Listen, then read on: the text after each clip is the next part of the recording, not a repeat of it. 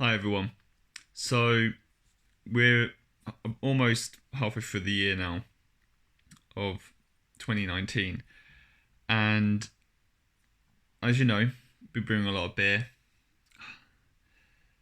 I really don't like the glare on the glasses. Never mind. So as you know, we're brewing a lot of beer, and it's been going really well.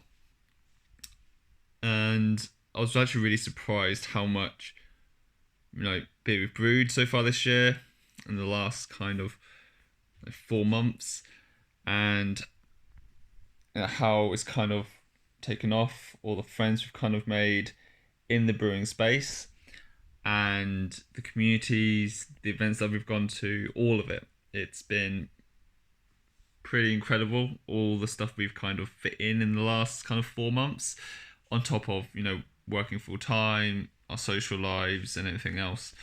And it's got me really thinking that, I'm spending all this time doing something that I enjoy doing, but if I were to say, do I love doing it? Then I probably don't. And it's I wasn't really continue at the beginning of the year. This was probably one of the things I probably honestly that I probably would have dropped. But with the more people getting involved, I thought like I could maybe guide people and then slowly take a step back. But the opposite has actually happened. As more people got involved, I've kind of got in it even more. And that's really because I saw it as like a vehicle um, to basically as a vehicle to kind of learn new skills and learn new few things. But now we're halfway through, and I'm really reflecting on what we've accomplished so far. I'm thinking now, why do I give 80-90% into something that I don't have huge future aspirations to accomplish, say 20 years down the line or 30 years down the line? I can't see it being the huge thing. I think like what driven me most is how much my friends love it. Like I don't I can't be all in with it. So with me now, I'm thinking I might do something else.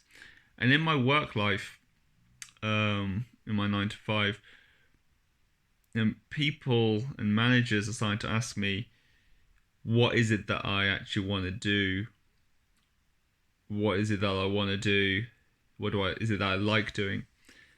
And this helps me remember what another kind of individual said online that I saw. He said, or she said, I can't remember who said it. If if it's difficult for you to work out what you actually enjoy doing, is to look into your past and look at what you've always consistently done, and maybe try focusing on that. So something that I've consistently done over the last 10 years is actually focus on myself and my personal development as a person. And as I reflect back, I've always been fascinated. This might sound really egotistical, but with myself and how I can improve myself. So when I was younger, I started off as a really shy kid. I was so shy and quiet actually that when I was in reception, I think might have even been year one, I sat in the classroom with a bunch of other 5 or 6 year olds, and they were being really loud. So I would sit cross-legged on the floor with my fingers in my ears, waiting for the teacher to tell them to be quiet. And then, as I grew a little older, I was still really quiet.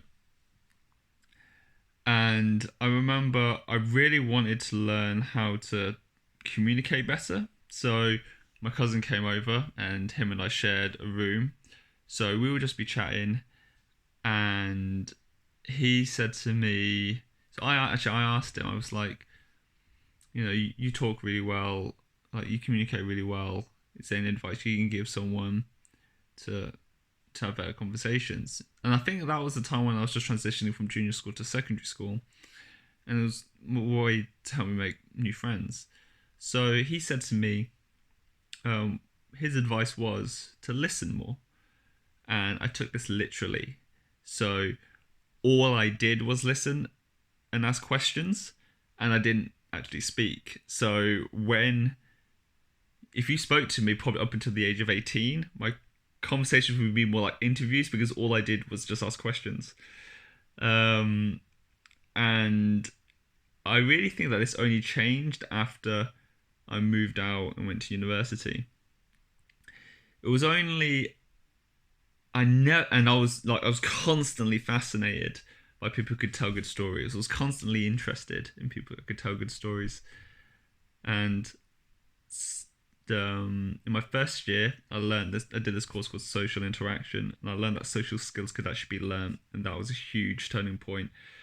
So I went into the library and I'd extracted, like, I took out every single book I could on social skills, and it was all theoretical. There was no practical advice until a friend of mine gave me a copy of The Game by Neil Strauss, which was essentially like a dating book.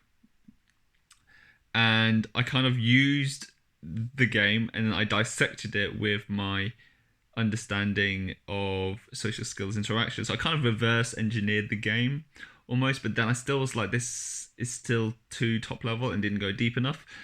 So I searched if he had a follow book, like a follow-up book, and he did, and it was called The Rules of the Game.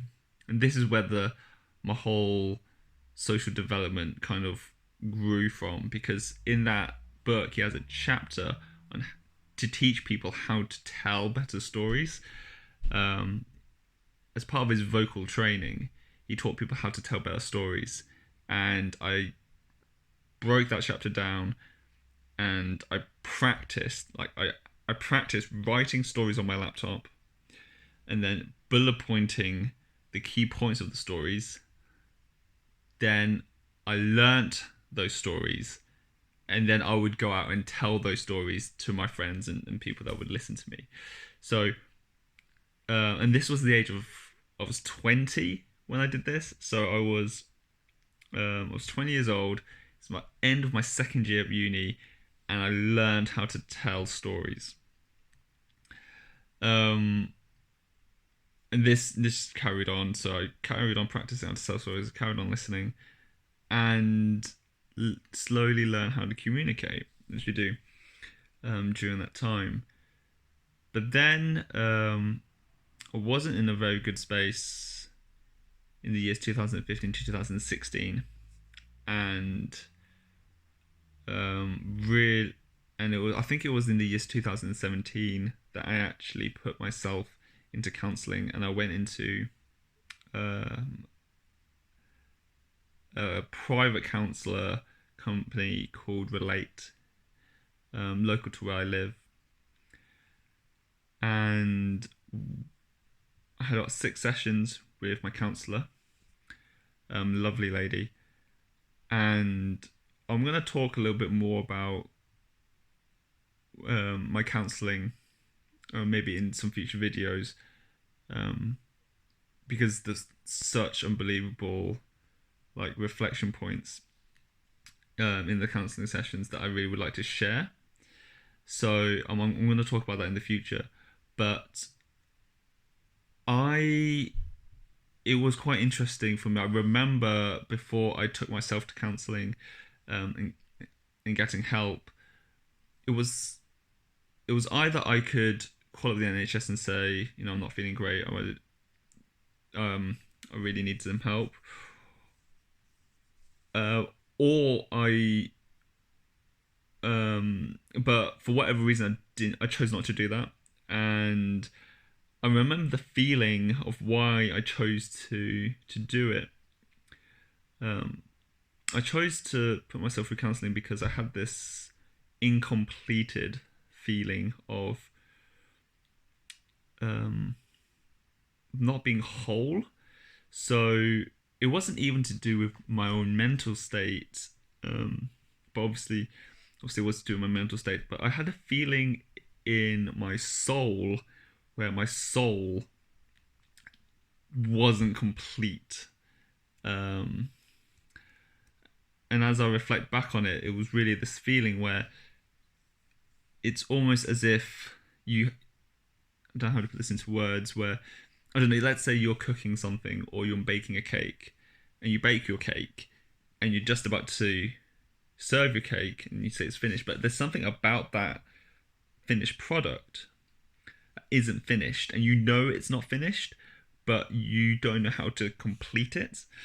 And that is how I felt. So I felt like, okay, yeah, I've gone through being a teenager. I'm an adult now, but I don't feel complete as an adult. I didn't feel like, as a person in my soul, I didn't feel complete, which is why I took myself to counselling. I took the 6, and I had 6 sessions. And since then, coming out of counselling, I feel a lot better. I've been consistently meditating over the last year. Over the last, not full year, but about the last 10 months. And I've seen some growth in that. And I've also been practicing little ideas. I've been experimenting with concepts and new ideas, and I've been actively seeking new thought leaders in mental health and in and what we look at for personal growth. So a couple of people I'm really interested in is Brene Brown. The main person, I should say, I'm really focused on is Brene Brown. Her work is just absolutely incredible. She's a shame researcher, and the link between shame and creativity and vulnerability and courage is just incredible. So if you don't know about her, check it out. Just YouTube her. Her work is unbelievable. So to round off this video, what I'm going to be doing a lot more is actually posting and talking more about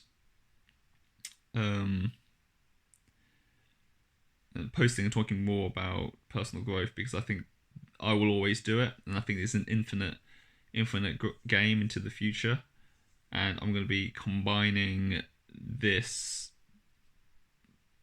beer blog, I guess, with personal development on my as of when I do it. So that's what I'm going to be doing.